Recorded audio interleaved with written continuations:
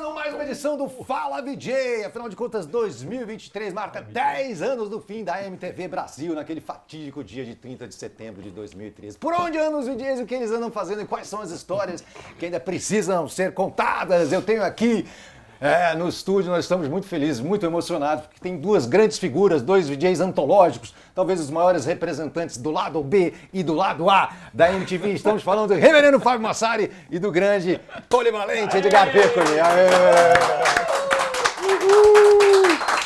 Maravilhoso. Fala VJ, chama, eu não Fala sabia. VJ. Fala VJ. Pra mim era 3 tabelas o nome. A gente tentou 3 tabelas, tinha mas... esse nome. 3 tabelas, olha aí, né? Nome de trabalho, um nome de programa. trabalho. E você sabe como é, né? A gente começou a fazer o programa, nem tinha o nome direito, cara. Mas Tinha de inventar. Mas tinha Fala VJ? Já não tinha. Não, Fala VJ não. Não. Tem um podcast com 3 tabelas. Ah, tá. Aí a gente falou, pô, não dá pra fazer, então vamos fazer Fala VJ. Pô, mas esse nome é ruim. Pois é, mas esse é o nome que tem. Vamos aí, pô.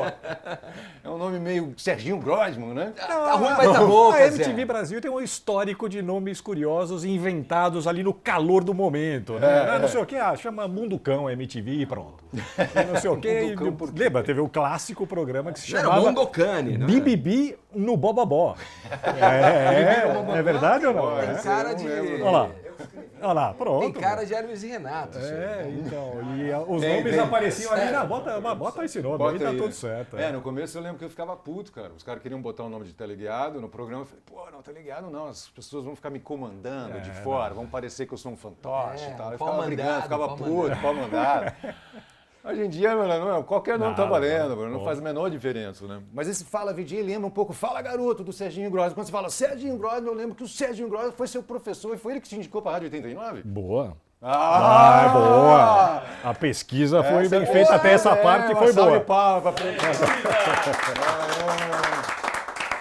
Serginho Grosman foi meu professor na FAAP e eu era aquele chatão, né, que fazia aqueles programas com poesia, e música do Butthole Surfers, né? Devia encher o saco de todo mundo, até que um dia ele falou, vou arrumar um emprego para você no 89. Eu falei, aham. E aí ele fez uma ponte com a Ione Sassa, olha só quantas voltas a gente vai dar nessa historinha. Com a Ione Sassa, que era amiga dele, e aí eu fui conversar com ela e ela me apresentou para o coordenador, Cláudio Carneiro, da época, e aí eu comecei a trabalhar na 89 FM em 1987. No final desse ano de 87, por ocasião do aniversário da rádio, a gente, toda a equipe da rádio fez uma foto no terraço, lá na antena. E nessa foto tem 4 futuros MTV nessa foto, cara. Ione Sassa, que era programadora musical. Programadora musical, o saudoso Kid Vinil. Eu e Edgar. Olha só que incrível. Essa foto você pôs de um livro teu. Eu pus no Emissões Noturnas. Essa foto é de uma revista semanal ali da época, daquelas famosas. Que da hora. Por ocasião do aniversário da rádio.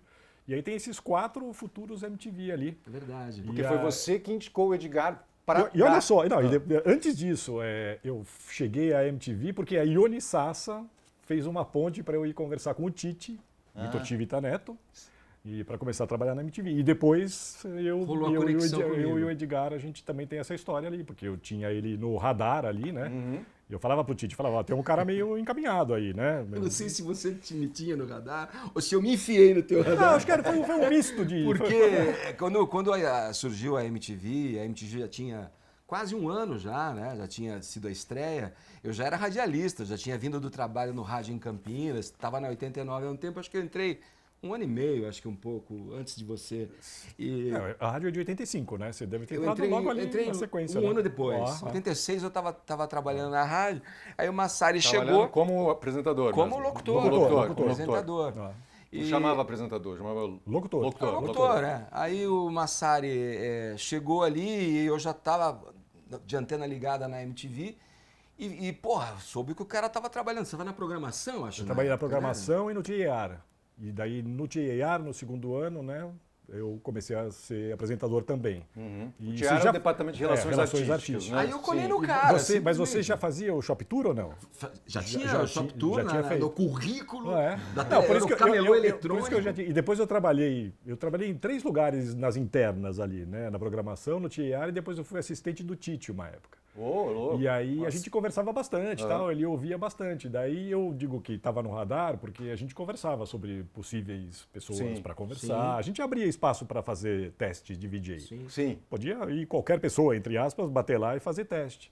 Mas claro que a gente tinha um encaminhamento mais ali. Fazer um filtro. E aí eu tinha o Edgar no radar. Eu falava, olha, cara, eu sei que manja de som, tem um entusiasmo com os sons e já vem meio pronto também com a coisa televisiva, né? Da comunicação. Sim, da comunicação. Fazer um shop tour. Sim, eu tanto que quando eu fui fazer a minha primeira entrevista, que era a Paula Perim ainda, a coordenadora. Foi quem me contratou também.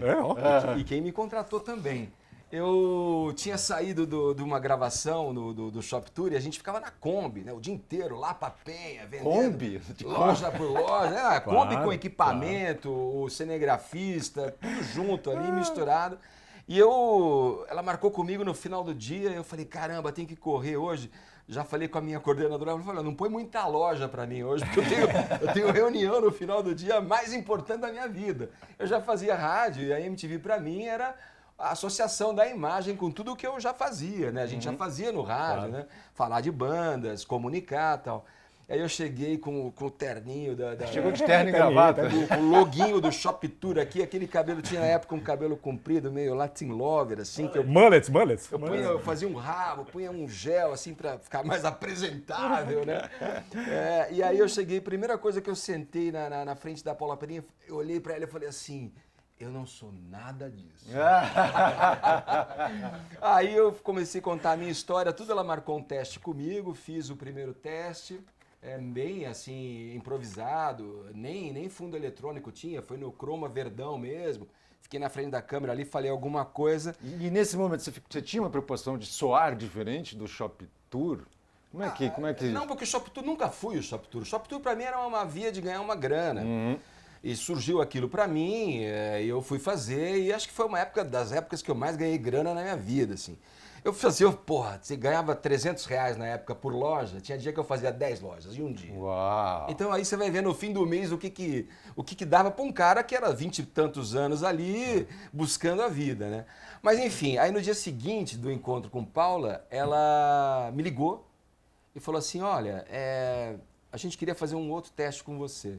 Agora com um estúdio mais elaborado, tal, com fundo eletrônico, simulando um programa mesmo. Aí eu falei, opa, aí a coisa tá esquentando. Tá caminhando. É questão do timing também, né? Timing, porque exato. qualquer pessoa pode ir lá bater na porta, mas às vezes também espaço. não é a hora, né? Sim. Então eu lembro de, assim, ele falava, ó, tô aqui. Tô aqui, eu fiquei te enchendo o saco. E eu falei, tô ligado, espera que eu vou chamar na hora certa. Espera, ligar. Dá um tempo. Precisa me ligar de novo. Aí, ansiedade aqui sendo aí testada. Foi meio né? isso aconteceu com a Cris Nicholas também. Eu também Foi você que te liguei indicou a pra Cris ela também. Cara, e ela tinha feito o teste já. E ela, quando eu liguei, ela falou, não quero. Eu falei, não, agora você vem, que vai ser bom pra você. Sim. E o lance do Edgar foi meio esse, era coisa de timing. Sim. Eu falei, vai agora lá e faz o teste. Sim, mas a Cris Nicholas não queria. Acho que ela tinha feito um teste já, se não me engano, e frustrada. não tinha rolado. Entendi. E aí ela falou, não quero fazer de novo. Eu falei, vem, faz de novo, que acho que agora vai. Agora é o momento. E a Cris estava na rádio também nessa época? Não, eu não me lembro de qual foi o conheceu. lance, assim. Acho que era modelo, comercial e tal, e também tinha amigos em comum. E eu acho que a gente tinha o teste ali, se não me engano. E daí foi coisa do time também. Eu falei, não, então vem e faz de novo, que agora acho que vai ser bom pra você. Pô, então, que da hora. E assim comigo foi no segundo também, que eu fiz o teste simulando um programa. Era o fundo, me lembro até hoje, do Zoe MTV, quem fazia era Astrid. Era um fundo Zoe, Flower cara. Power, assim, com as flores e tal. não. Aí eu fui lá, falei, estudei as bandas, falei e tal. Aí no dia seguinte, depois, a Paula Perim falou assim, você é o novo VJ da MTV. Aí, cara, pra mim foi o céu. Que ano assim, é isso cara. aí? Que ano é isso aí? Cara, foi 92. final de 91. Final de 91. Foi, Já em foi, 91? Foi quase Caramba. 2 anos depois da chegada da MTV. Foi 90, né? Chegou em outubro de 90, Outubro né? de 90. Então, eu fui em novembro de 91. Rápido, Foi um ano e pouquinho. Então foi rápido. É, Eu achei que bem- era Foi um- numa segunda leva ali, depois que a MTV começou Eu tinha a... acabado de começar a ser Sim. apresentador, enfim. E o seu começo foi diferente, porque você já estava Eu dentro estava da lá, MTV. eu comecei, Como é que eu trabalhei surgiu essa um ano na oportunidade? programação, eu fazia o lado B e o clássicos, que programas que eu viria a apresentar depois. E aí, acho que no final da programação, ou no período em que eu estava no TER, que eu passei um ano mais ou menos ali, que eu comecei a apresentar programas. Foi graças ao Thunder, em um certo sentido. Ah, é? O que aconteceu? Ele não apareceu para gravar, né, cara? Pô, mas isso não era comum. E aí... E eu fazia o Rock Blocks também, que era o programa dele. Sim. E daí Rock Blocks. Rock Blocks, Rock exatamente. Blocks. Exatamente. Rock Blocks. E aí um dia ele não apareceu na gravação e o Tite, né, era o chefe, né? Vai lá fazer. Vai fazer essa porra aí, né, daquele jeitão dele. Faz aí essa porcaria aí. Eu tinha entrado no ar já uma ou duas vezes, acho que com o Astrid, com o Gastão, enfim. Porque eu vinha da rádio, as pessoas sabiam que eu conhecia uns sons e tal. Então, e o Rock Blocks foi meio que, o cara sabe fazer, deixa ele fazer depois dos programas. Aí eu comecei a fazer o lado bem clássicos, logo depois disso. Da hora. E você, era a sua primeira aparição de vídeo, assim? Você tinha algum tipo de referência? Não tinha. Buscava cara, inspiração em alguém? Cara, pra buscava mim se afastar do Edgar, do Shop Tour? Tudo.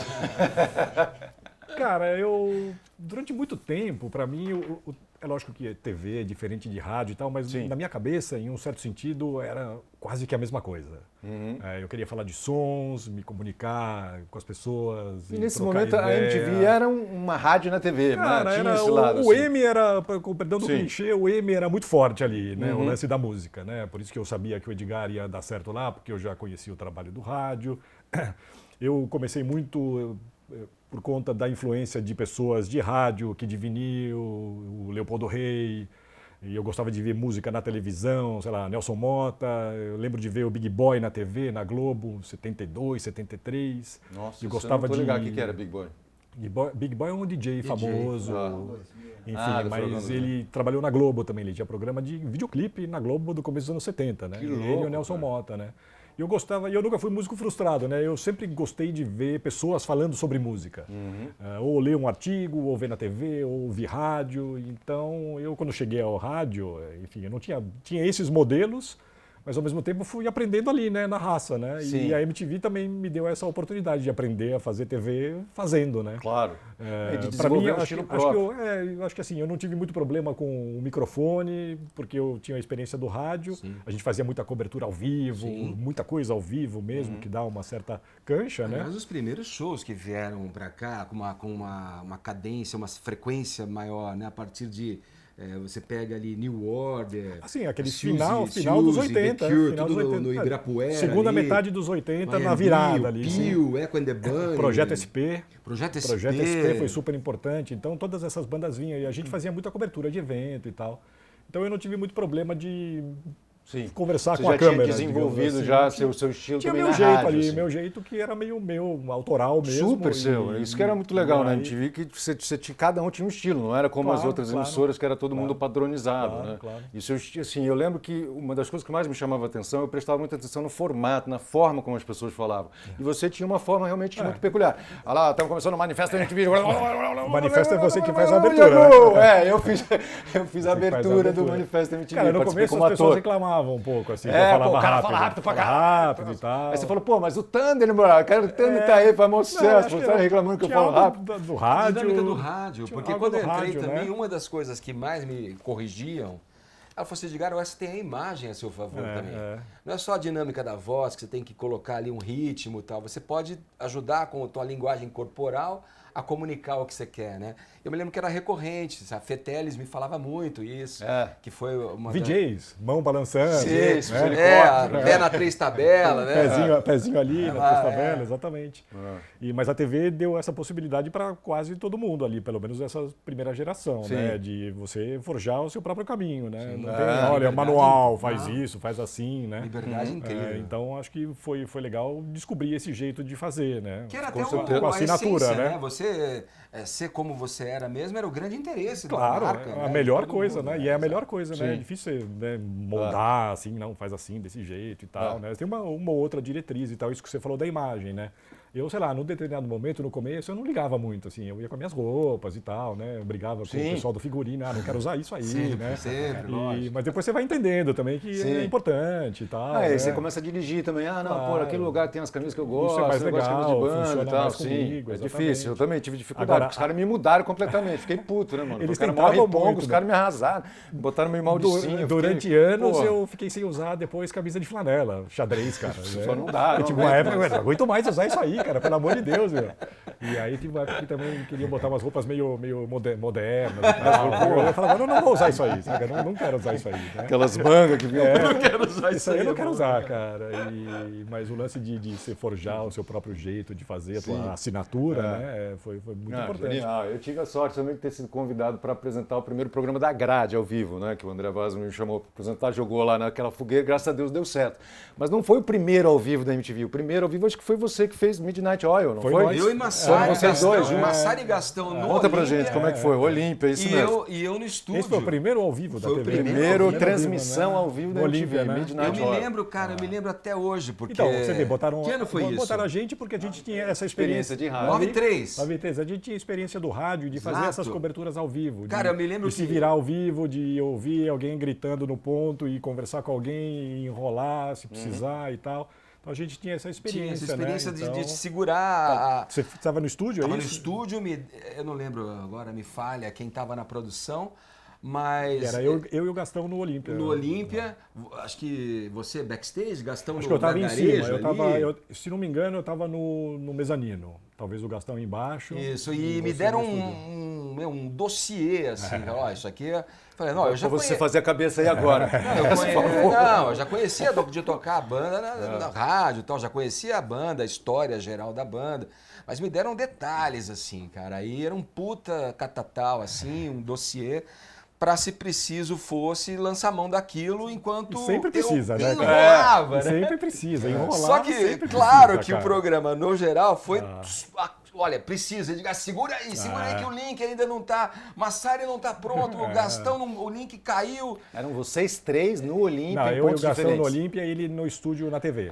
E foi a informação na conta, assim, porque eu usei tudo o que eu sabia, eu esgotei tudo ali. Cara, essas enrolação... coberturas sempre tem isso. Cara. Se vira aí, enrola aí, cara. Sempre teve, Agora que vocês estavam falando, eu lembrei que o meu primeiro ao vivo não foi esse, foi o Hollywood Rock, que os caras me deixaram no estúdio. Pode ser. E tava todo mundo fazendo Hollywood Rock. Eu falei, cara, vocês estão loucos, mano. Não sabia fazer porra nenhuma, né? Que negócio sair de lá suado, E nessa hora se vira 1 minuto pra enrolar. Porra, mano. É meia hora, né? É meia eternidade, hora, bro. é Você fica eternidade, desesperado. Nossa, mão Mas eu acho que fria. isso ajudou também a forjar o teu Claro, estilo a do gente vai improviso, treinar ali. forjando, Todos nós, né, cara? Sim. Porque eu usei todas aquelas informações e chegou ao final do programa, tava todo mundo satisfeito com o trabalho que a gente tinha feito. Era a primeira transmissão ao vivo que inauguraria uma série de outras que a MTV se tornou excelência e referência nesse tipo de transmissão de show e tal.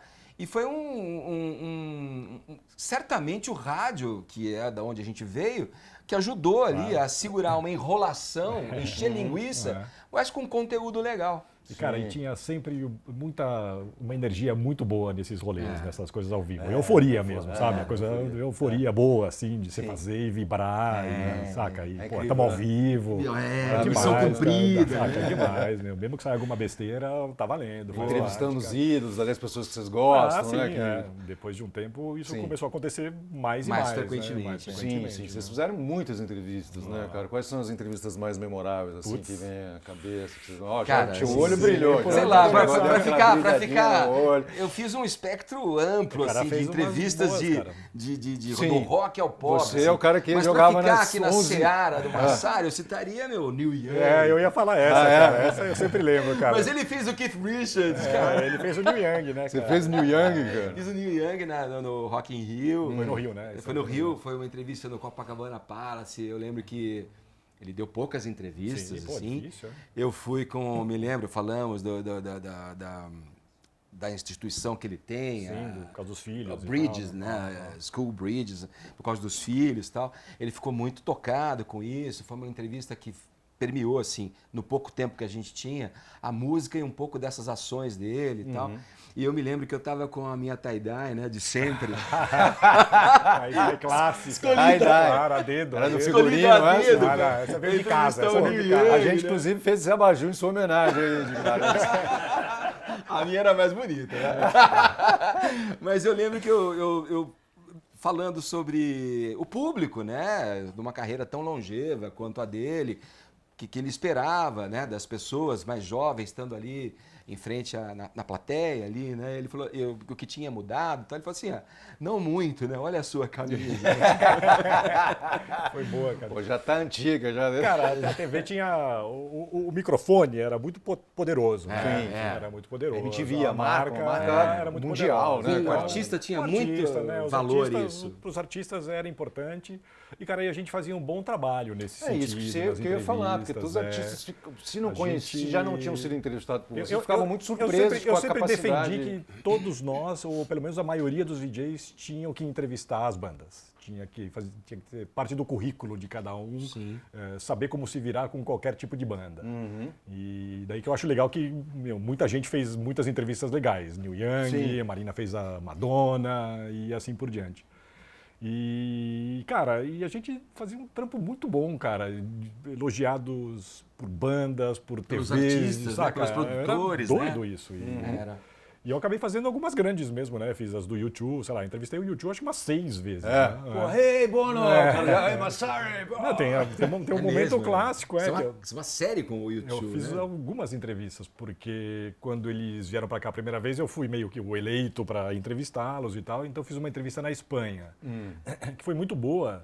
E aí, nisso, os assessores dele ficaram de olho em mim, assim. Tanto que quando a banda chegou no Rio de Janeiro, na entrevista de Jacarepaguá, na coletiva, a assessora do Bono chegou em mim e falou, você começa a entrevista. E tirou meu microfone para dar para ele. E aí eu fiquei segurando o microfone da Xuxa. Porque eu era amigo do produtor da Xuxa, cara. Daí eu falei, dá o microfone aqui. Eu fiquei com o microfone da Xuxa. Mas aí o Bono, quando me viu, ele desceu da arquibancada e veio me cumprimentar. E aí, como é que tá? Quanto tempo? Não sei o quê. Então tinha muito disso, né? De você poder encontrar as bandas mais de uma vez e estabelecer uma esse tipo de respeito, pequena relação, do assim, palco, digamos. Um comentário só, o que o Massari e o Edgar estão falando, as entrevistas feitas pelos DJs brasileiros eram superiores às do resto do mundo da MTV. Tanto que o Gastão, por 2 anos no VMAs, foi o entrevistador para todas as MTVs, menos a americana. Mas Europa, Ásia, Índia, Austrália, foi o Gasta que fez. Cara, quando a gente fez o programa dos festivais, todos os festivais do mundo, cara, a gente entrevistava 10 bandas por evento, assim. E as MTV Europa, 1 ou 2 bandas e tal, botavam toalhinha e tal. E a gente era muito correria, cara. A gente gravava os shows, entrevistava todo mundo e as bandas vinham elogiar a gente, né? Isso que era o mais divertido. Tem a história do Jimmy Page, o Robert Plant, não sei se você deve se lembrar, qual né? Qual história? Eu tinha entrevistado os dois no Rio de Janeiro, né? No Mirante, Dona Marta. E aí, acho que no ano seguinte, eles vieram para o Hollywood Rock, né? E aí a gente estava na expectativa de entrevistá-los ao vivo, antes do show, né? E aí os gringos, né? MTV gringa, falando pro Weissman. Ana Something, ela fala, olha, vocês nunca vão conseguir falar se com precisar, ele. eu posso ajudar. Eu posso ajudar se vocês precisarem. No fone. O Weissman, não, relaxa. Aí os caras apareceram, como é que vai? Não sei o quê. Pô, a gente fazia isso direto, cara. Incrível, isso aí, né? Uma euforia de poder fazer a associação esse tipo de uma marca que é forte com os artistas e um trabalho bem feito que a gente... Exatamente. Certamente fizemos entrevistas não muito boas, claro. Muitas, né? Agora, sei lá... Mas não por falta de conhecimento, porque às vezes né? não dá, às vezes o artista não tá são muitas variáveis, né? São muitas variáveis para dar errado uma entrevista, né? Pode descambar, né? Minha entrevista com o Lou Reed é muito famosa nesse sentido, assim. Ela começa muito bem e termina muito mal. Conta pra gente. Não termina mal, não. É que assim, eu comecei a entrevista, o Lou Reed sempre foi um cara difícil de entrevistar, é sabido isso. Então eu fiz umas 2, 3 perguntas e, pô, tava rolando bem. E eu lembro de pensar, porra, tá legal demais. Tá rolando. E aí eu fiz uma pergunta lá de biografias. Não, porque a biografia puta, virou outra pessoa, assim. Daí ele não queria responder direito as perguntas, só mandava uns... Dificultou. Não, sim, não sei o quê. Mas sua pergunta era polêmica ou era sobre alguma biografia não autorizada? Acho que eu perguntei de alguma biografia lá, que tinha umas biografias que contavam alguns episódios estranhos da vida dele lá e tal. Ele detestava todas as biografias, basicamente, né? Pegava a mão. Aí ele não gostou muito do resto da entrevista e tal. Daí no final, sabe, tipo, apertamos a mão assim, sabe, meio apertando a mão com força e tal. E aí, mas depois eu tava no Sheraton do Rio de Janeiro, isso.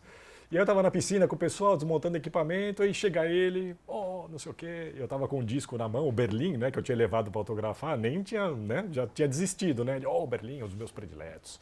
Pegou, fez uma puta dedicatória, ficou trocando uma ideia tava em comigo outro mood depois. Quase que disse, cara, não faz essas perguntas, assim, né? Não pergunta esse tipo de coisa pra mim, assim. Mas né? ainda você se deu bem, que você teve um começo bom, né? E terminou mal, tal. E eu, com o Beast Boys, por exemplo, começou mal e terminou mal. Porque aí também tem muito do cara querer... Porra, tô com medo do Beast Boys. Tem muito deles quererem ou não, estarem afim ou não. Sabe quantas entrevistas era um já show deram? no Olímpia. Mas sabe assim, que é uma coisa que eu também descobri ali, cara, o ideal é pegar o artista sozinho. Tá. Sim. Pega os 3 Beast Boys juntos, cara, eles os tinham... 2 irmãos Gallagher é mais difícil, é mais porque difícil. daí pode virar 2 contra 1, 3 contra 1, sacou? Se você pegar só eu fui para entrevistar o Oasis em Miami uma vez, era para ser o Noah e o Liam juntos. Eles brigaram no dia da entrevista. A entrevista foi cancelada e no dia seguinte veio só o Noel. E aí foi demais, sacou? Porque eu fiz com o Noel também no Rio, no Rock in Rio, na mesma leva do Neil Young, e foi ok. Mas o Beast Boys, cara, eles pediram uma cesta de basquete, porque eles queriam ficar no backstage jogando basquete enquanto esperavam o show. A entrevista foi assim, foram 3 contra 1, no 21 ali eu me fudi geral. Porque eles não queriam falar, eles não tinham a menor vontade de trocar ideia. Dificultaram ao máximo e foi difícil segurar ali. Porque, 3 caras muito rápidos e muito sarcásticos ali. Tem e tal, isso, depende do artista. Depende do artista. Então, você tem o humor do artista, você tem um entorno ali Muitas também. variáveis, cara. Você pode estar super preparado e não dá certo. A gravadora pondo pilha. E você, tudo que você estudou, preparou ali, vai por água abaixo, cara. Aí você joga aquilo fora e fala, vamos ver o que dá aqui. Então, vamos no improviso e ver o que dá. Às vezes dá certo, e com o tempo você releva um pouco essas coisas. No começo você fica mais nervoso. E depois, foda-se, saca? Depois, paciência, cara. Paciência. Bruce Dickinson, pra mim, foi uma frustração também clássica. Já contei algumas vezes isso. Na TV, isso? Na TV. Bruce Dickinson, carreira solo, vindo pro Brasil, show no Olímpia também. Eu lembro. Muitas entrevistas no Olímpia. Ele lançando a carreira solo dele ali. Scream for Me Brasil, né? Depois aquele disco ao vivo feito aqui. Eu lembro que, acho que é isso. eu fazia um programa chamado Palco MTV, e backstage, a entrevista, né? No palco, passagem de som e tal, e clipes ao vivo, né? E aí tinha um clipe dele, retirado de um show que fazia parte do repertório solo dele novo. E tava ali. Então a entrevista era feita em fragmentos. Você trocava uma ideia, papapá. Falei, bom, então agora vamos ver tal clipe. Quando eu troquei uma ideia com ele, falei, agora vamos ver o novo clipe do Bruce Dickinson. Ele parou assim e falou, mas quem deu autorização para você passar esse clipe? Sério? Eu lembro dessa história. Aí cara. eu olhei para o produtor da MTV. É uma treta de gravadora. Aí eu olhei para a cara da gravadora, aí eu olhei para ele. Eu me lembro disso. Bom, a entrevista acabou ali e a gente destrinchou aqueles 6, 7 minutos que a gente tinha conversado para colocar durante o programa. Mas tem tudo isso, cara. E isso acaba virando história, a gente ri. Mas é a famosa bola nas isso costas. fez muito mal pra mim. Aí fui só sarar disso, como você com o Lou Reed, que encontrou depois, numa segunda entrevista que eu fiz também no Rio de Janeiro, Rock in Rio, provavelmente. Que eu peguei o cara na piscina ali também do Copacabana. Tem isso, né? Depende o cara relaxado. Contexto. Eu entrevistei ele ele na piscina. Eu entrevistei ele nessa mesma época. Eu entrevistei ele na rádio. E era um momento que ele estava em carreira solo, né? Ele não estava com Maiden, então tava querendo dar uma... Tava mais humilde, né? Tava mais humilde, né? E aí eu lembro que na rádio... Chegou de ônibus, não veio de avião próprio. Eu lembro que no lado B a gente passava o videoclipe de uma banda do primo dele, Catherine Will. Era uma banda muito boa, é do primo dele, né? O sobrinho, alguma coisa assim. Então ele ficou todo simpático e tal. Daí eu cruzei ele na TV, ele tava todo gente boa. Mas aí é isso, às vezes saca, o videoclipe que não podia passar e o cara vê... estragou todo o rolê, né? Não tem como também. Estraga todo o rolê. Mas você falou essa coisa de sempre estudar para fazer as pautas e tudo, né? Eu também, quando eu vou fazer alguma coisa, eu estudo. Só que, cara, meia hora depois eu já esqueci tudo. Pô, o Massari não, né, Massari? Você, você é conhecido como... Por isso que ele é o reverendo. É daí que vem a história do reverendo, cara. Você tem uma memória espetacular. Foi o Thunder, né? Foi o Thunder que deu. Como é que foi essa história? Eu não tenho certeza, né? Não sabe. Ninguém sabe direito a explicação, né? Acho que talvez só ele saiba. Mas é quando você imagina reverendo, você imagina aquele cara que cita o versículo no meio das que tem a ver com o lado B, tem a ver com o lado B. Tinha o púlpito ali do lado B e tal, falando meio rápido e sermão, entre aspas, né? Cara, é o Massari e o Leonard Cohen, cara. Os reverendos estão aí.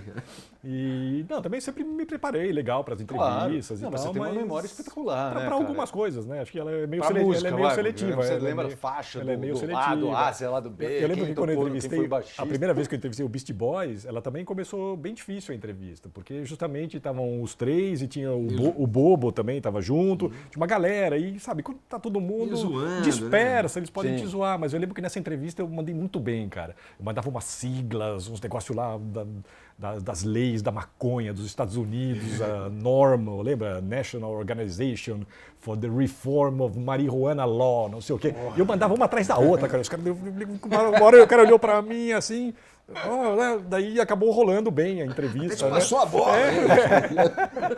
Não passou, cara, não passou. Ninguém passou nada pra mim, cara. Nem na Jamaica, nem a galera do Prodigy, ninguém, cara. Então tem um pouco isso, assim, né? A galera às vezes se impressionava, né? Eu entrevistei uma banda nos festivais também. Pô, o cara não lembrava o nome do próprio disco, assim, na entrevista, né? Daí eu comecei a lançar o nome dos discos, a data de lançamento. Eu vi que ele olhou pra mim e falou, porra, é isso mesmo. Não sei o quê. E é um jeitinho também de você ganhar o entrevistado ali, claro. Né? Você fez muitos festivais, você viajou bastante o mundo também, né? Cara, eu viajei bastante graças à MTV.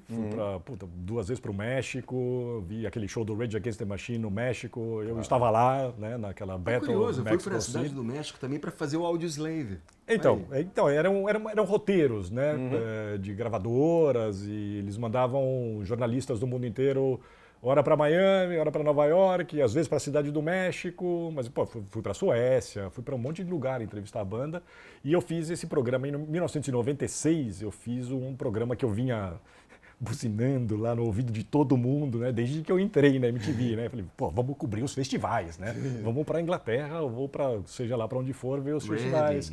E aí a gente fez essa série de programas nos festivais Lollapalooza, Reading, Phoenix, na Inglaterra, Roskilde, na Dinamarca, Palio, na Suíça, fomos na volta dos Sex Pistols no Finsbury Park. E esse acho que foi a coisa mais legal que eu fiz na TV, foi esse programa aí, né? Porque, cara, equipe viajando, né? Sim. Pelo mundo, porra, vendo os melhores shows, entrevistando todas as bandas e mostrando, de fato, assim, a graça era isso, né? Era mostrar e dividir com as pessoas, olha como é um festival na Dinamarca, com 10 palcos, e o Nick Cave, que não vai dar entrevista para ninguém, descobre que a gente está lá e vem dar entrevista pra gente. Então é esse tipo de coisa. Na Irlanda eu fui fazer um festival chamado Oxygen, que ficou conhecido como aquele festival que o Bowie levou a pirulitada. A pirulitada clássica. Clássica, pirulitada no olho. Eu fui fazer o Darkness. Tá ligado essa imagem ou não? Não. Pô, procura, tem o pirulito entrou aqui. Entrou e ficou. Cara. Cravou no olho. Que isso, cara. Entrou o palito do pirulito e o pirulito em si, né? O doce ficou pra fora. Que isso, cara. Olha as cenas mais bizarras da história. Né, cara? Eu fui fazer uma entrevista com o Darkness, aquela banda que era um metal. Lembro. Lembra? Darkness. E foi uma viagem incrível também. E você falou dos artistas que escolhiam a MTV e tal. Eu me lembro de 2 grandes entrevistas que eu fiz em termos de importância e do que era para a MTV também estar à frente conversando com esses artistas, que foi o White Stripes, no Rio de Janeiro, que também não ia falar com ninguém, que não ia dar entrevista para ninguém e fez para a gente, uma exclusiva para a gente. Também foi no Copacabana Palace. Da hora. E aqui em São Paulo eu fiz com o Pearl Jam, num show que eles fizeram no Pacaembu. E também vieram para cá, já tinham uma história de pegar mal. Você entrevistou o Ed Vedder numa sala e eu acho que eu estava entrevistando o McRae na sala ao lado. Isso. Eles só deram pra gente essa entrevista. Que louco isso. E Radiohead já era no Multishow. Também não pode. Não pode falar. A gente vai chegar nessas partes também. Mas tá valendo. Radiohead eu fiz no Multishow, pelo Multishow também, uma entrevista exclusiva com eles. Tom York tinha toda aquela aura de ser difícil de entrevistar. Às vezes não é, né? E aí o cara riu. Porque o Zeca passou por aqui e o Zeca falou que ele fez a primeira entrevista com o Tom York, que nem tinha lançado o Radiohead ainda, lá em Londres. Aí eu fiz com ele e com o Ed, era a dupla dos dois. Foi a primeira entrevista que os caras deram para uma TV. Que louco. Foi pro isso, Zeca. Olha. E passou na MTV. Essa foi incrível, cara. Então, mas ele tinha essa fama de difícil e tal, como é que com você não foi? Difícil e tal.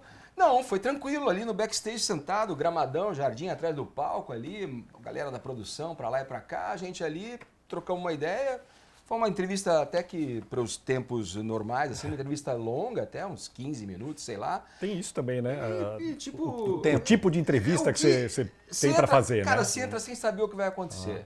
Pode Mas ser você que tem lá uma pauta, você tem claro, mas você pode durar ali 5 minutos, o cara lá, ali falando só sim, não, ou pode estender, cara. No caso foi um final feliz, porque ele riu, ele se divertiu ali ele com as riu histórias. É ótimo, é uma boa referência. Não, ele riu, o Tom York rindo, cara. A gente tem uma história ótima com a Patti Smith também, né? Nesse sentido, assim, em 96, nesse rolê dos festivais, era a volta da Patti Smith, a ativa, né? Então nesses festivais a gente pedia as entrevistas para os assessores e tal, e aí a gente chegou no empresário dela, né? Com todo o nosso jeitinho, olha, Brasil, MTV Brasil, somos fãs, será que dá para entrevistar? O cara, putz, tá meio em cima da hora, né? Vamos ver se dá, né? Dá um tempinho aí. Daí ficou eu e o Daniel Benevides na chuva, parado, esperando ali para ver se rolava. Nisso sai a Patti Smith de dentro do camarim, vem andando na nossa direção, dá um salve assim com a cabeça e passa reto. Aí eu olhei para o Benevides e com o outro olho, né, que você aprende a olhar, né, para vários lugares. Eu vi o empresário na porta só olhando para a gente, assim, né. Acho que se a gente tivesse abordado ela no caminho, teria queimado o filme na mesma hora. Daí ela voltou, deu mais um salve para a gente tá... Aí o empresário veio e falou, vocês têm 5 minutos, porque a gente está muito no corre. Aí a gente fez uma entrevista de 5 minutos muito legal, e aí quando terminou ele falou, o que vocês quiserem fazer, onde quer que seja, é só chamar. Que legal. E aí a gente encontrou com eles na Suíça, no outro festival. Aí entrevistamos o Lenny Kaye, lendário guitarrista. E depois ela convidou a gente para uma festinha no camarim. É mesmo? Ouvi um Bob Marley. Sério mesmo? Colaram umas florzinhas. Bob Marley. O Bob Marley em geral. Que delícia.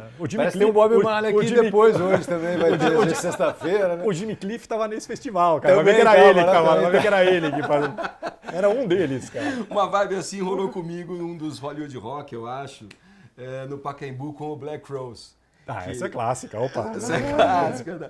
E eu lembro que, fiquei de cara, assim, com o camarim dos caras, porque normalmente o cara tá ali na correria, você entrava no camarim dos caras, cara, era tudo aquele revestido com uns batique hip, tapete no chão, um rack de som, assim, parecia um som de um clube, assim, os caras pondo um som, alto astral total, cara, foi demais, essa vibe foi demais. E aí rolou um Bob Marley lá dentro. Rolou um Bob Marley lá dentro geral, foi uma festa. E dá pra entrevistar depois que você... Não, foi depois do Bob Marley? Tem um Bob Marley famoso na TV que deu uma zebra grande. Lembra do Jamiroquai, a história do Jamiroquai? Como é que é essa história? Não, dentro do estúdio, né? Dentro do estúdio. A gente tava lá conversando e tal. Tava eu, acho que o Rodrigo, não me lembro mais quem tava. Tinha uma galera... Aí ele começou a preparar ali, né, o cigarrinho de artista, a gente só, né, no estúdio. No estúdio, pô. Aí ele pegou e pum, acendeu no estúdio, todo mundo, ih, caramba, não sei o quê. Cara, ele tomou uma bronca do empresário, velho. Foi? Uma carcada ao vivo na frente de todo mundo. Falei, você tá louco? Na MTV, não pode fazer isso. Falhou, desculpa, não sei o quê. Tomou uma bronca brava que era ali. natural. Normalmente pode. Eu vi uns caras fumando ali na escada, achei que era... Daí a gente falou, vai lá na escada, tem né, escadaria. Cara? 5 metros pra lá não tem problema nenhum, cara. Ali é liga lá isso.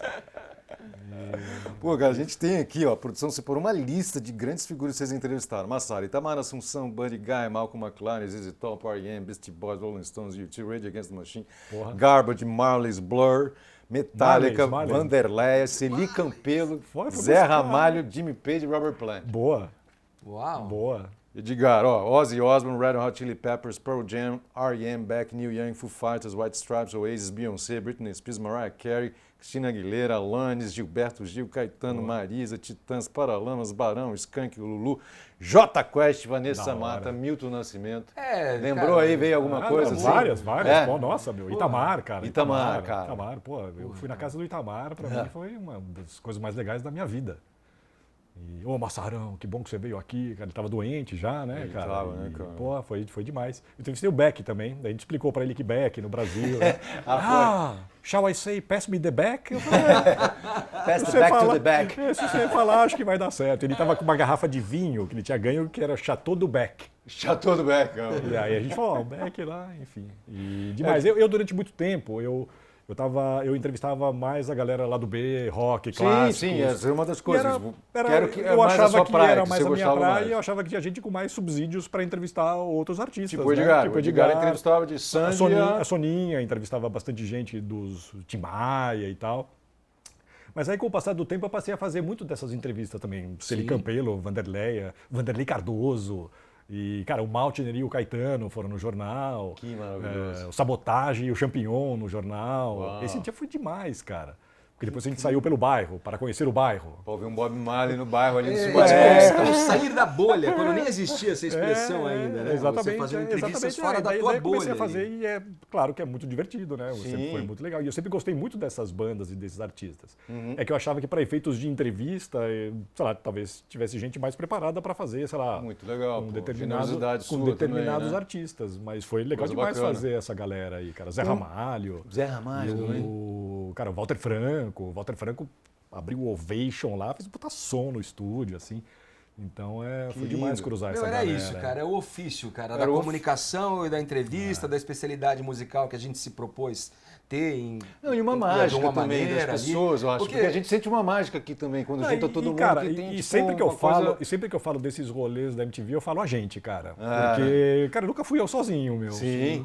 É sempre equipe, TV, cara. E tem E a muito gente sabe a disso, diferença né? que na faz, TV. uma equipe bacana Tem também, muito, né, faz cara, toda a parceira diferença, e cara. tudo. Toda a diferença, Você tá cara. com gente chata que não tá entendendo nada do Claro, rolê claro. e tudo.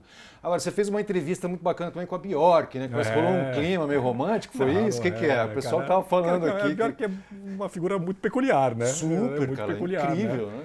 E, cara, eu tinha esse lance com a Islândia também, né? Eu sempre pesquisei muito a respeito e tal. Então, eu entrevistei ela no Maxud Plaza, saudoso Que hotel, também não existe mais. Muitas entrevistas lá no Maxud, né? Sim. Porque tinha muita coletiva. O Jason Kay fez lá. Tinha muita coletiva e tal. Jamiroquai. E aí foi demais a entrevista com ela, cara. Ela foi daquele jeito dela, né? Meio expansiva e falando umas coisas.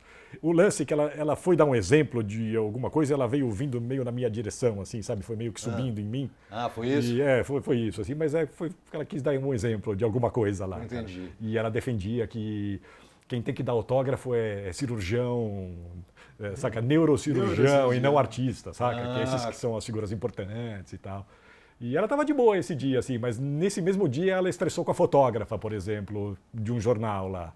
A fotógrafa fez umas fotos legais e tal, daí começou a pedir, não, sobe na mesa e levanta o braço, saca? Ela falou, não, né? Não, faz uma pose e tal, como estragar uma vibe rapidamente, né, cara? Mas foi legal essa entrevista. Foi tipo a biografia do Lou Reed. Exatamente, foi a foto, E depois, isso foi em 96. Aí em 99 eu tirei a minha licença da TV e fui para a Islândia. Não sei se você se lembra desse episódio. Você escreveu um livro, né? Eu fiz um livro com uma estação Islândia, que conta toda a história dos sons lá e tal. Mas, curiosamente, naquele período ela não estava na Islândia, ela estava na Suécia fazendo o filme do Lars von Trier. Uau, nossa. Selma, né? Foda, Não, nossa. era. Como chamava? Não, aquele Dancing in the Dark, né? Dancing in the Dark. Sim. Selma era personagem. Acho que é isso. E mais aí ela não estava, então difícil pra eu caralho. fiz esse livro sobre a Islândia sem ela, Sem né? ela lá. Apesar de contar muito. Só Você achou que lembrando, tomou uma vodka? Lembrando Mas eu dela conheci o chegando irmão, perto. conheci a família. Foi. A família aprovou. É Islândia, né? Islândia, né, cara? Eu conhecia todo mundo, né, cara? Eu cheguei na Islândia, eu comecei a perguntar sobre algumas pessoas e tal. Cara, uma semana depois eu cruzei um cara e falou, pô, meu pai tá te procurando. Eu falei, como assim, mano? Quer bater Não, no meu Zé, pai pô. é da banda tal, né? Ele ficou sabendo que você tá procurando ele, não sei o quê. Era desse jeito, né? E... De lá pra cá você lançou quantos livros? Fiz 7 livros, cara. 7 livros 7 já, livros, incrível, Massari. Sobre É. o quê? Vamos lá, quais são? Tudo de música, né? O primeiro é esse da Islândia, né? Rumo à Estação Islândia. Eu lancei em 2001, estava na TV ainda.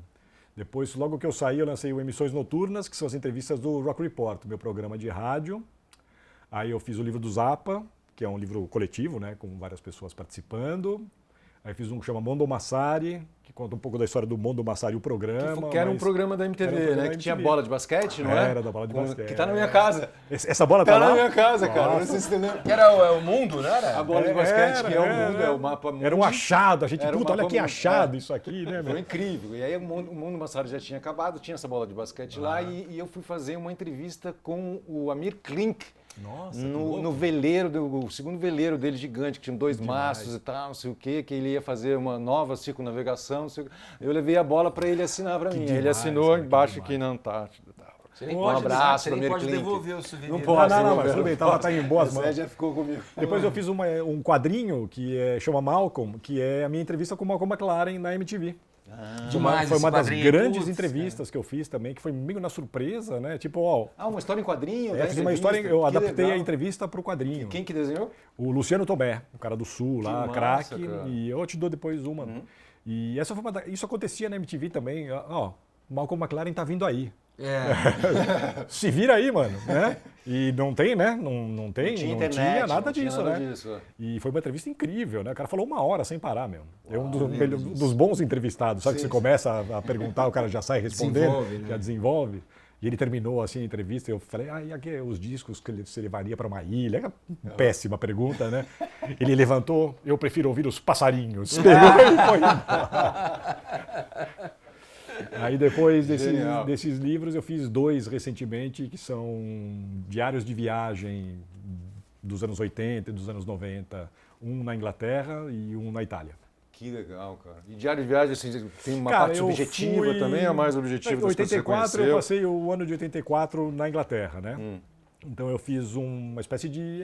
É um diário no sentido de que eu faço umas crônicas sobre os shows, os encontros e tem muita memorabilia, muita coisa que eu levantei de material, de ingresso, cartaz, jornal, revista, sacolinha de disco e tudo que você puder imaginar nesse sentido, eu botei nesses livros. E o segundo é o que eu lancei no ano passado, que é 83-92, que foi um período que eu fui muito para a Itália, minha família morava lá e tal, e aí também vi muito show, e fui muito festival de cinema, e livros, e quadrinhos. Então são crônicas dessas minhas viagens, mas muito, muito ilustradas.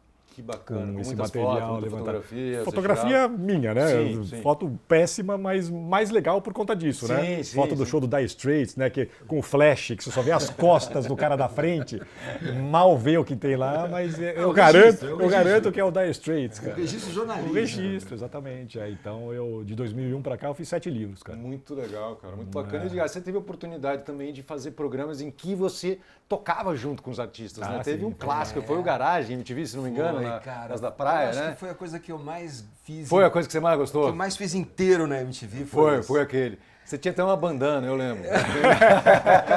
Não era bandana. Não era bandana? Como não chamava era bandana, aquilo? era uma faixa. Uma faixa.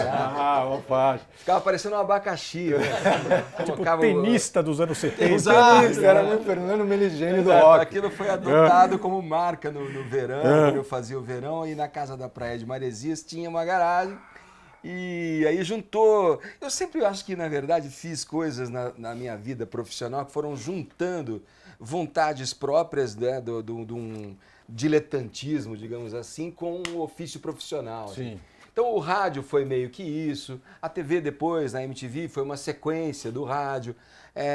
O trabalho como músico, o Massari falou, não, eu nunca fui músico frustrado. Eu acho que eu estou me descobrindo um músico frustrado. Não, mas você é músico. Agora, pô, a gente já sabia disso. Você é Edgar. músico, você toca, né? Agora, sabe? É que assim, eu Mas nunca você vê, tive a pilha do, preciso tocar um instrumento, quero ter uma banda. Não, eu sempre gostei mais desse outro lado E é louco, jornalístico porque mesmo. Eu tenho banda até hoje, tá? Eu toco com os meus amigos de músico, Campinas, pô, cara, e a gente toca Baixista. pra gente mesmo, baixista, cara, canto e me jogo ali. A gente fala que a gente vai, o nosso projeto agora de composição, a gente está com um projeto de composição própria, o nosso objetivo é tocar no palco do banheiro do Lollapalooza. Porque há de ter um palco no banheiro, da fila do banheiro. Fazer que nem o Teste, aquela Incrível. banda brasileira, né, que se apresenta na porta dos festivais de vez em quando, né? Ah, é? Pega a Kombi, né? Monta o equipamento Como ali. chama? Teste. Teste. A banda de death grind brasileira, é uma dupla muito importante, tocam fora e tal. Mas eles fizeram um pouco de história por conta disso, né? Estacionavam a Kombi na frente dos eventos e faziam show ali na rua. Você tá falando uma coisa, cara. Olha a importância que tem isso para quem dá a importância. Claro. Eu agora, recentemente, fiz a reciclagem da minha carta, né? E por algum motivo, quando eu tirei a carta lá atrás, olha onde vai derivando o papo. Davam lá a carta C, profissional. D. Eu também tinha. Tinha D? Eu tinha D. A minha C. Não, mas eu tirei. Você abriu mão. Eu abri mão. Aí eu fui fazer a reciclagem agora, a mulher falou assim, olha, se você vai fazer a carta para tirar a C, você vai ter que fazer um exame toxicológico. Por isso que eu tirei. Pô, cara, eu chamo 4 meses que eu chamo o Edgar pra fumar cara, eu não posso, que eu vou tirar a carta, eu vou fazer o exame. Tem que fazer exame. Eu preciso dirigir caminhão. 90 dias e olhe lá. Vai ser motorista de caminhão. Talvez não dê. É que eles davam nas antigas, eles botavam aqui, bota D aí, tá tudo certo. Resumo da ópera. A mulher falou, não, eu não quero ser rebaixado, eu quero tirar a minha carta C, porque é o seguinte, eu vou ter que dirigir a furgoneta, cara, e só com carta profissional. Furgoneta da banda. Sim, claro. O sonho é ter uma furgoneta para pintar ela inteira, provavelmente, de tie-dye. Tie-dye, claro. E sair viajando com a minha banda pelo Brasil, bicho. Maravilhoso. Postando ali onde vai ser o show? No evento, é isso aí, cara, mas é isso aí, cara. Você vê, né? Mas a coisa de tocar junto, e eu fiz isso na garagem, cara, que acho que foi onde eu tive mais a realização suprema, assim, porque eu sempre permeei esse lado de ser músico, de tocar um instrumento e tal, e sempre fui com isso na minha vida, carregando isso comigo. Quando teve a possibilidade de fazer isso valendo, profissionalmente, falei, cara, tá aí, ó, eu tô sendo o que eu queria, tô sendo pago pra ser apresentador da TV na Casa da Praia. Que casa legal, da Casa Legal da Praia, tô sendo pago pra ser apresentador da TV mais bacana do Brasil, vou tocar com os artistas que, são os meus chapas aqui, que vem aqui, Charlie Brown, Los Hermanos, Zira, essa galera, né? Uma galera que foi, todo mundo que passava lá no fim da gravação, ia pra garagem fazer uma meia dúzia de músicas lá comigo. E, cara, foi sensacional. Depois eu levei isso pro Circo do Edgar, no Multishow também. Edgar. Que às vezes eu me metia lá, tocamos com o Caetano, com os artistas que iam lá se apresentar e dar entrevista. No fim tinha a banda residente que eu me metia lá. E a ideia era, foi você que trouxe essa ideia? Eu acho que a gente tem que ser um grau de cara de pau também, né, nas situações, né? Porque uma vez a gente recebeu o Herbie Hancock. O ícone do jazz. Eu entrevistei ele nesse mesmo rolê da Bjork, eu entrevistei o Herbie Hancock. O maior pianista de todo aquele projeto Rocket, né? Aquela música Rocket, dele, projeto mais nervosão, jazz rock, né? E ele veio para o Brasil e eu me lembro que a produção falou, olha, ele vai fazer aqui a gente e o Jô. E ele no Jô, ele já falou que não vai tocar. E o Jô era do lado da TV? Não, mas era o Multishow aí já. Eu estava no Multishow, né? O Circo do Edgar e tal. E aí ele não vai tocar. Porra, vai vir e não vai tocar, mas claro, vamos falar com o Herbie Hancock, é o Herbie Hancock, cacete. Aí preparei a pauta lá e eu, por uma grata coincidência, cara, meus filhos faziam aula de piano com o Chapinha, um querido amigo e musicaço de jazz, ele dava aula para os meus filhos. E eu às vezes me metia lá, Chapinha, me ensina esse acorde aqui e tal. E eu peguei os acordes básicos de Watermelon Man, que é um clássico dele, né? E eu falei, cara, seja o que Deus quiser. Que clássico. Aí eu fiz a entrevista e eu falei pro meu pianista, o Rogério Rochilitz, falei, deixa tudo certo aqui o piano, cara, que vai chegar um momento que vai ter acabado a entrevista já e eu vou me lançar e arriscar essa parada. Aí eu troquei uma ideia com ele, foi legal o papo. Sabe aquela entrevista que um monte de amigo seu músico vai? Não, eu quero ver, eu quero acompanhar. Eu falei, cara, olha a importância disso, cara. Mas eu abri mão de toda essa pompa e lançado da cara de pau máxima. Cheguei ao final da entrevista e falei, porra, eu só era um papo assim, um puta papo. Eu queria não quero perder a oportunidade de te mostrar uma música, eu sou um jovem músico e tal, iniciante. E aí eu comecei a usar acordes de Watermelon Man e a banda veio comigo.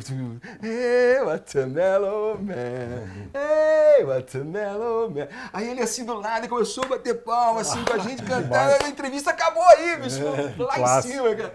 E deu tudo certo, poderia ter dado uma puta merda. Podia ter dado uma Mas aí que eu acho que a gente tem essa presença de espírito também e se lançar a cara de pau, cara. Sair da zona de conforto, se arriscar, né? E você sempre teve uma coisa assim de tocar, né? Assim, eu lembro quando você tocou o joelho do Ronaldo. Você quase quebrou o joelho do Ronaldo. O cara tinha tocar, acabado... tocar mesmo. O cara tava na entrevista. Como é que foi essa história? O Ronaldo, pô, o cara tinha acabado de operar o joelho mais caro da história do futebol. Caramba, e o Edgar foi lá e deu um... Cara, eu acho que tem um exagero. Tem um exagero? É um exagero para manter a anedota e tal. Mas o exagero se justifica porque ele reagiu com o exagero também para brincar comigo na situação. Então ele estava trocando... Era o VMB? Era o VMB ali, um pré-VMB, as entrevistas de aquecimento ali e tal. Ele estava do meu lado, assim, tá? E acabou, eu tipo, valeu, Ronaldo, passar assim, valeu, Ronaldo. Fez uma cena toda lá e ficou famoso. Cara, o VMB é um capítulo à parte. Né, a VMB dá para fazer mais 5 As festas eram um capítulo à né? parte. E os eventos em si, né? Sim. Eu apresentei uma vez. Os encontros das bandas. E fiz umas entrevistas no final ali de um deles também, que foi bem engraçado. A Amaury Júnior, cara. Você entrevistou a Amaury Júnior, cara. A Amaury Júnior e a Sheila Morena. E o mais engraçado foi que alguém falou para mim, o Amaury Júnior estava perguntando quem você é e tal, que programa você apresenta. Não fazia a menor ideia, né? Aí chegou na hora, Massari, querido. Há quanto tempo que eu não te vejo? Sempre assisto o lado B. Caraca. E tem uma clássica, né? Adoro o African Wigs, cara. Não, tem uma clássica que a gente gravando o lado B. E aí, se alguém fosse entrar no estúdio, a galera avisava a gente. Não, vai entrar alguém aí e tal. Mas nessa oportunidade, ninguém avisou. Abre a porta, Big Bob, Roberto Tivita e o Maluf. Ah, que isso, mano. Aí, esse é um episódio clássico, né? Que ele entrou, e aí? tapinha na cara de um por um. Massari, como vai o lado B? Aí, vai bem, não sei o quê. E daí foi a clássica, que ele saiu, cruzou Astrid, uma pena que a Whitney Houston caiu de 16º para não sei o quê. Sabia tudo, o nome da galera, perguntava se a galera estava recebendo o salário, tá recebendo direitinho. Tá, o cara já estava antecipando já o problema que ia acontecer 30 anos depois. E o Big Bob olhando, que programa é esse? O que está acontecendo aqui? O que é isso aqui, né, cara? E esse foi um episódio clássico também. Pô, você tem fama de colecionador, né? Como é que anda a sua coleção? Aquela época já era gigantesca. Cara, você segue colecionando os vinis? Cara, eu continuo colecionando, mas numa boa, mais tranquilo. Mais comedinho. Mas eu lembro que você tinha mandado fazer umas prateleiras para os CDs especiais e tudo. Era só a parede inteira, né? Você deve ter o quê? Uns bastante 10 coisa. mil? Não tenho essa contabilidade há muito tempo, cara. Eu nunca quis fazer volume, na verdade. E mas eu também nunca... Sim, porque são mais de, 40 anos ou 50 anos mexendo com isso e tal. Mas eu nunca troquei, por exemplo, minha coleção de vinis para CD, né? Eu não fiz essa besteira, né? E para mim ela só foi crescendo nesse sentido, né? Cassete, 7 polegadas, LP, enfim. Mas da memorabilia que você tem, assim, quais são os grandes? Tem bastante coisa, né? De disco, colecionei muito Zappa, obviamente, né? Hoje em dia eu dei uma parada de colecionar Zappa, que está meio difícil, né? Porque sai muita coisa e, enfim, principalmente depois que a esposa dele morreu, e agora todo o espólio foi vendido e tal, então... Mas é muita coisa para colecionar, né? E eu também sempre gostei de ir atrás de muitas coisas diferentes, né? Então eu continuo pegando o vinilzinho aqui e ali, geralmente em show também, mas como já colecionei antes, né, de voltar de viagem com 3 cases de vinil, assim, isso aí diminuiu. Isso mudou. Isso mudou um pouquinho. Você chegou a construir na sua casa um estúdio como o Edgar construiu? O Edgar tem um estúdio, cara, Não, bonitão lá, incrível, né? Enorme. Eu fiz uns móveis, para vinis e tal. Fiz uns móveis para vinil e tal, né? E eu tenho um apartamento que é meio escritório e onde está a coleção. Você é um precursor do home office. Você já tinha um home office antes da pandemia. Quando eu fiz, uma época que eu fazia clássicos de coleções. Que eu ia visitar as coleções das pessoas, Charles Gavin, de vinil e tal. E aí a gente tentou o Maurício Kubrusli, porque ele tinha uma puta coleção enorme e tal, e rezava a lenda que era um apartamento gigante e tal. Aí a gente tentou, e daí ele me ligou para dizer por que ele não ia fazer a entrevista. Ele falou, não, jornalista não tem que dar entrevista, nada a ver e tal, eu acompanho o seu programa, um dia se quiser vai lá em casa ver os discos, mas não vai rolar. Então beleza, então fica aí com os discos. Aí não vou ver porra nenhuma na sua casa e foda-se. Mas faz sentido a resposta dele. Tudo bem, dá pra entender. Você poderia responder isso numa boa. Claro. Mas a coleção tá lá, claro, a coleção tá lá, eu não me desfiz de nada não. E vocês, como é que vocês veem hoje em dia, né? Assim, a MTV, bom, vocês são 2 curadores musicais, alguns dos mais importantes ali daquela fase da MTV nos anos 90 e nos anos 2000. E hoje em dia é muito mais fácil, né? A gente mesmo estava falando disso, quando você ia fazer uma entrevista tinha que pesquisar, era muito difícil as fontes, você tinha que ter as revistas gringas e tudo mais, eu conhecer alguém. Hoje em dia está tudo muito mais fácil e tal. Vocês se aproveitam disso ou isso já virou aquela coisa que é uma avalanche tão grande que você não consegue consumir, não consegue... Cara, acho que a gente, no nosso caso, a gente é tanto tempo que, acho que posso até falar por ele, é tanto tempo que a gente lida com isso, pesquisando, indo atrás desse tipo de informação, que é só um cumulativo de opções e de maneiras de fazer isso. Não né? que agrega, né? Claro, tá mais fácil de você ver, você precisa saber alguma coisa sobre a banda tal, você descobre um pouco mais rápido. Claro que isso facilita, né? Não tem como... Né? Eu também não sou daquele cara que acha, antes que era mais legal e tal. E se os tempos são esses agora, vamos viver assim, né? É tudo muito mais horizontal mesmo e mais espalhado. Você tem cenas autossuficientes que às vezes nem entram no radar das pessoas porque elas estão lá num determinado nicho ali, uma bolha ou o que for. A famosa cauda longa. Exatamente. E isso acho que existe muito ainda nesse universo dos sons e tal. Então... A vantagem é essa, que você tem um acesso imediato a qualquer coisa, né? Sim. Na época que eu fiz o Mondo Massari na MTV, a ideia parecia tão simples, né? Porra, vamos pegar as MTVs do mundo inteiro, pegar uns videoclipes da Rússia, do Japão e botar no ar.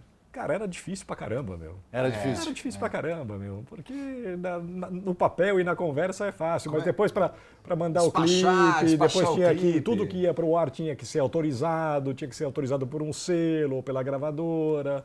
E tem também... Durante muito tempo as gravadoras, às vezes, não vamos lançar esse disco aqui, eu não vou autorizar o videoclipe, sabe? Tinha um pouco disso não tem também, interesse né? De lançar, não tem então interesse, por que então não vou autorizar. Agora... Aí a gente passava sem autorização, de vez em quando, né? Não sempre, né? Alô, Lara, alô, Lara. Certa contravenção, bem-vinda. O Nine Inch Nails, uma vez, tinha um clipe famoso, né? Que foi meio banido da MTV americana, né? Happiness in Slavery, acho. Tem umas cenas meio gráficas e super violentas e tal. A gente passou, no dia que chegou, a gente passou o clipe, cara. Eu falei, Tite, falei, posso passar? Ele falou, passa, mas não avisa antes, né? Só bota no ar. Bota no ar e pronto. E pronto, né? Então Agora, a gente fazia, às vezes, mas essa facilidade também, né? que eu acho que é complementar, né? Essas possibilidades que você tem de acesso muito mais rápido, facilitado, tudo. Eles geraram uma característica nessa geração também de não aprofundamento das situações. Né? Eu gosto de ouvir álbum, eu gosto de ouvir o LP, seja ele simples, duplo, triplo, conceitual, mas eu gosto da experiência do longa duração. E a proposta que o artista fez para você ouvir. Cara, ali, hoje né? em dia tem muito menos gente que embarca nesse tipo de trip, né? Porque você ouve uma música ali, se você já não gostou dela, um abraço, né? Às vezes você não ouve nem uma música inteira, né? Uns 20, 30 segundos, não quero mais, né? E eu gosto dessa experiência do álbum ainda. Ainda hoje eu gosto. Bob Marley lá, vai ouvir um... Eu também faço uso, né, dessa rapidez e tal, se eu precisar sacar alguma coisa para ver qual que é mesmo. Mas eu gosto ainda dessa experiência a essência da né? longa duração. Da experiência mesmo. ali vivida. Ali. Porque a gente veio dessa cultura também, cara, de puxar o bolachão para fora e dar uma olhada e ver o encarte. Colocar no prato e tal. É todo um processo, é outra trip, né? É uma outra coisa, não é a mesma coisa, né? Do que você ouvir ali no aparelho. A escola radiofônica, por exemplo, na 89 que a gente trabalhou, você lembra? Tinha ali a parte das caceteiras, ali embaixo tinham 2 tocadiscos. Cara, era um... E tinha ali, nas paredes do estúdio, os cassetes que você tocava as músicas. Era um polvo, né, cara? Era um polvo, exatamente. Ele fica de frente para a mesa botões e chaves. E VUs, né, meu? Mecânico, né? VUs analógicos. Depois você tem ali as 2 picapes, depois você tem as caceteiras que disparam os cassetes especiais, né? Especiais que a Jornal do Brasil desenvolveu. Vinhetinha. Era como se, guardando as devidas proporções, era um cassete que rodava em 45 RPM. Então, cara, ele dava mais qualidade, porque era uma fita de uma banda menor. Tudo no braço. E era a mesma pessoa que fazia tudo, né? Tudo no braço. Na FM você operava. Cara, a coisa mais deliciosa. Legal demais. A coisa mais deliciosa de fazer isso aí, Gravador de rolo, né? Gravador de rolo. Incrível. Fita da censura. Fita da censura, rodando numa velocidade quase parada, porque gravava 24 horas. Grava 24 horas da programação e fica à disposição da censura. Se professora quiser... Se quiser ir lá ouvir, que o cara falou alguma besteira às 5 horas da tarde. É tipo lá, a sua câmera de vigilância vai hoje. lá e ouve, né? Nem preciso, né? O celular já é isso, né? Já é. E você é um usuário de rede social, não? Não chegou a essa droga, não? Não cheguei, não consumo essa parte aí, não consumo essa parte, não. Passei por cima. Passou por cima. Eu sei bastante a respeito de todas elas, cara. Eu me pesquisei bastante. Você pesquisa, você sempre usa gostei ela para pesquisar? De Wired, sempre li essas revistas. Sim. Tenho um certo fascínio pelas coisas tecnológicas, mas nunca fui sócio de nenhum desses clubes aí, cara. Muito bom. Nunca deixou seus dados ali. Vocês com certeza mas são meus sócios. dados estão aí, em qualquer lugar. Sócios honorários da MTV Brasil, com certeza. Eu sei que essa, segundo a sua própria, sua própria afirmação, que jamais... Você perguntou para o Malcolm McLaren, né? Que disco ele levaria para a ilha? A gente vai cometer esse gafe, que assim, qual videoclipe você chamaria, já que a gente está chegando ao final aqui do nosso programa? Cara. Qual videoclipe você chamaria agora? Eu tinha que ter me preparado para isso, cara. Não lembro. Tem que chamar. É agora, imediatamente? É agora, mano. Pô, eu preciso pensar, cara, porque eu preciso... Né, que programa que nós vamos valorizar? Você não pode seccionar a pergunta? Que programa que nós vamos... Lado B, Massari, lado A, Edgar. Então, cara, de homenagem ao Tom Verlaine, que a gente conversou sobre ele recentemente, Call Mr. Lee, que é um videoclipe muito legal, que passou muito no lado B. E Tom Verlaine, sendo o Tom Verlaine, quando ele veio para cá, pelo menos na primeira vez que ele soube que essa música era muito tocada, ele não tocou no show. Mas a gente tocava direto, cara. Que pra gente conseguir alguns dos videoclipes era uma vitória mesmo. Sim. Sabe? Quando a gente passou os primeiros Sonic Youth, foi a glória, né? Foi uma coisa, Sonic Youth na MTV. Ou quando a gente botou, sei lá, o Jello Biafra cantando MTV Get Off the Air, né, com os Dead Kennedys, que é algo que a MTV gringa jamais faria, pelo menos num determinado momento. Então essas eram pequenas conquistas pra gente, cara. Então, pequenos atos de rebeldia. Era uma missão mesmo, era uma missão. A galera do World Overkill falou pra mim que eu estava numa missão uma vez, e era meio uma missão pra gente, cara. Ir para os festivais e desde essas coisas que parecem simples, como botar um videoclipe no ar, até fazer uma grande cobertura, era uma missão mesmo, cara. A gente levava muito a sério. Maravilhoso. Television, então. Television. Cara, sei lá, né? É uma pergunta... Um clipe seu, pô. Um clipe seu do garagem, não, pô. Eu fiquei pensando... Você tocou com Grooves in the Heart. Não, eu fiquei pensando, a Astrid deve ter respondido Grooves in the Heart. Alguém deve ter botado Grooves in the Heart. A gente não perguntou pra todo mundo. Pô, foi um dos videoclipes mais sensacionais da casa. Mas, um videoclipe que foi uma mudança no paradigma ali da estética videoclíptica e tal, que eu me lembro, foi o do Peter Gabriel. O Sledgehammer, que tinha aquela trabalho com os cereais. Foi revolucionário. Esse foi sementes revolucionário ali. mesmo, como formato, né? Foi super importante. Eu acho que esse daí foi... Peter Gabriel, Sledgehammer e Television. Tom Verlaine, qual a música mesmo? Call Mr. Lee. Call Mr. Lee. E a gente termina assim o nosso Fala VJ. Pô, meu! Porra, cara. Caralho. Maravilhoso.